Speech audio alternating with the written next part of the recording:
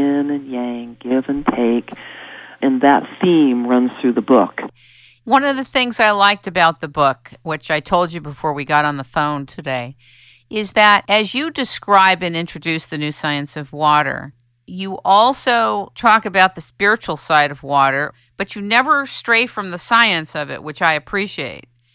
Because you could tell me all the poetic and beautiful things about water, which I would agree with, but the practical side of me would still be longing for the scientific side, which you're addressing. Can we go back to the implosion part for a moment? Sure. Why is the implosion water better for you? When water is allowed to move this way that we've been talking about, it's gathering cosmic energy. This is also the way that water dispels frequencies that are negative or polluted or contaminated. Everyone knows that rolling water cannot remain impure, right? And it's because of this spiraling implosive action. I didn't know that at all.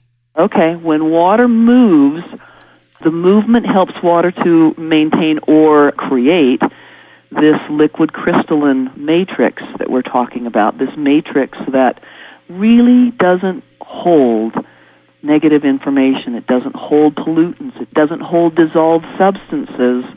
In a very big way, contaminants must drop out of structured water that's truly structured. This goes beyond some of the things that originally we talk about. We talk about refining the structure of water. So there's even different levels of structured water. With lots of pieces of equipment and even stirring the water, you can create a basic structure in water. But then as water is allowed to be refined, and we talk about this later in the book, it's not capable of holding even minerals that are not in a biological form because they cannot be held within that refined structure of the water. You've got this repeating molecular pattern, and there are certain things that won't fit in that pattern, and those are contaminants. And so when you do things to water that refine its structure, contaminants must drop out, and then you can filter them much more easily from water. So there are many levels to this concept, and it's much more difficult for water to hang on to negative patterns and pollutants when it's structured, and that's why water moves in nature. I want to talk a little bit about coherence because you wrote a bit about it. What is coherence, and why is it relevant to water? Coherence refers to technically a fixed phase relationship between particles or molecules. And so when we talk about this matrix that's created, this liquid crystalline repeating pattern in water, it's hard for people to imagine that because water's moving. It's dynamic. It's always moving. But it's the kind of pattern that even though it moves, these molecules can move together. And the best example of that is like a school of fish in the ocean. Those fish are moving exactly in the moment together. They are a coherent body. And the deeper we get into life and the more we understand that everything that's living, that's healthy, is operating as a coherent structure. It's the coherence that really is our definition of life. When something is unorganized, life force doesn't flow through it. But when molecules in a human body or in a glass of water are organized, they're coherent, they're working together, they're individual units, but they operate together. And a healthy human being is a coherent organism as well. And this is all being proven now by some very cutting-edge scientific work, and we reference some of that in the book. You have a lot of references in the book, by the way, which I appreciate a lot. The Meisner field. I have a dear friend who's an inventor and a scientist, and he is constantly excited and discussing the Meisner field with me. But I don't feel capable of sharing what it is because I'm not sure still what it is. Can you? Let's see what we can do in just a general description of this. Okay. When something spins extremely rapidly, and we're talking about the kind of spin that happens with an electron, and we're getting to the place now where we really can't hardly talk about an electron as a particle anymore because it's really not. I mean, it has characteristics of particles and it has characteristics of waves. And so, our scientists are to the point where they're cautious about calling it either one or the other. So as our science gets deeper, we have to bring in new language to begin to describe some of the things that we're finding. Well, an electron spins extremely rapidly. And when anything spins that rapidly, it creates a Meisner field, which is an anti-magnetic field. If you placed it on a magnetic field, it would bounce off, let's just say that. And the Meisner field is critical in water when you get it very energized. It helps to hold the structure of water. It is responsible for holding some of these very tiny energetic, what do I call them, particles or pieces, quantum groupings of energy. Those are all held in and around the Meisner fields that are created in water when it's energized. And when you drink water that's that energized, it's like you turn on the light in your body. And that's what we're trying to help people to understand, to be able to do is, we really want to turn on the light in our bodies.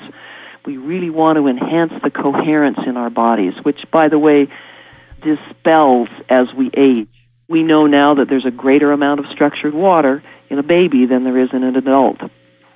And so we want to be able to keep the water in our bodies structured so that we can keep the information moving rapidly, so that the lights are always turned on and that there's somebody always home, let's just say.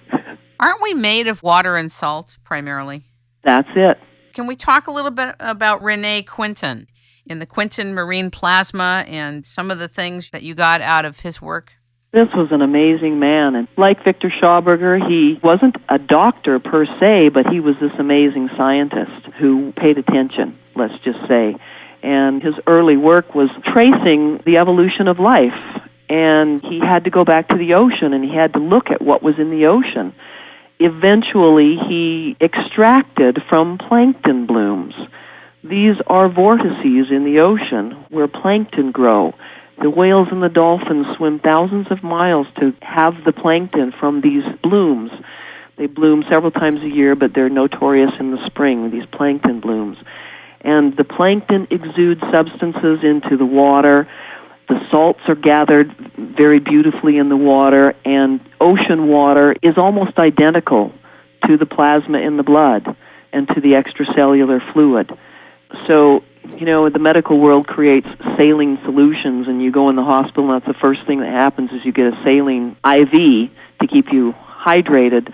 But doctors admit right away that getting off of that is a very important factor once you leave the hospital, because it creates edema and some other things in the body because it's all wrong. It's just sodium and chloride. Salts are an alkaline and an acidic ion joined together. And in the ocean, you just have a plethora of salts that include all the minerals and all the acidic ions that are important for life. So Rene Quinton is how you pronounce this man's name. Rene Quinton. Rene Quinton. Parlez-vous français? There you go. He was a French scientist and discovered the importance of the salt environment within the human body as well as on the planet Earth. And in fact, the solution that he sterilized out of the ocean using cold sterilization techniques, which are still used today, could be used as a blood transfusion. In fact, it was by the French army during a period of time. He took all the blood out of a dog, and the dog nearly died from the process alone, but then he put this ocean plasma back in the dog, and the dog came back with greater vigor than he had had and lived many, many years.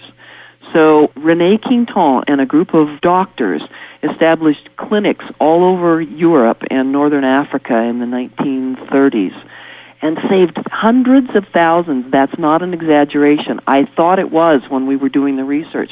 Hundreds of thousands of lives by infusing them with this ocean plasma, which gives the body everything it needs. There's something about negative ions, too, that connects with this, isn't there? Once again, balance in nature is a positive ion and a negative ion, and that's really what salts are. They're a negative ion, negative acidic ion to a positive mineral, typically. and you must have the complete balance of those in your body to remain healthy. And this was Rene Quinton's work, to show how important it was to maintain that environment in the human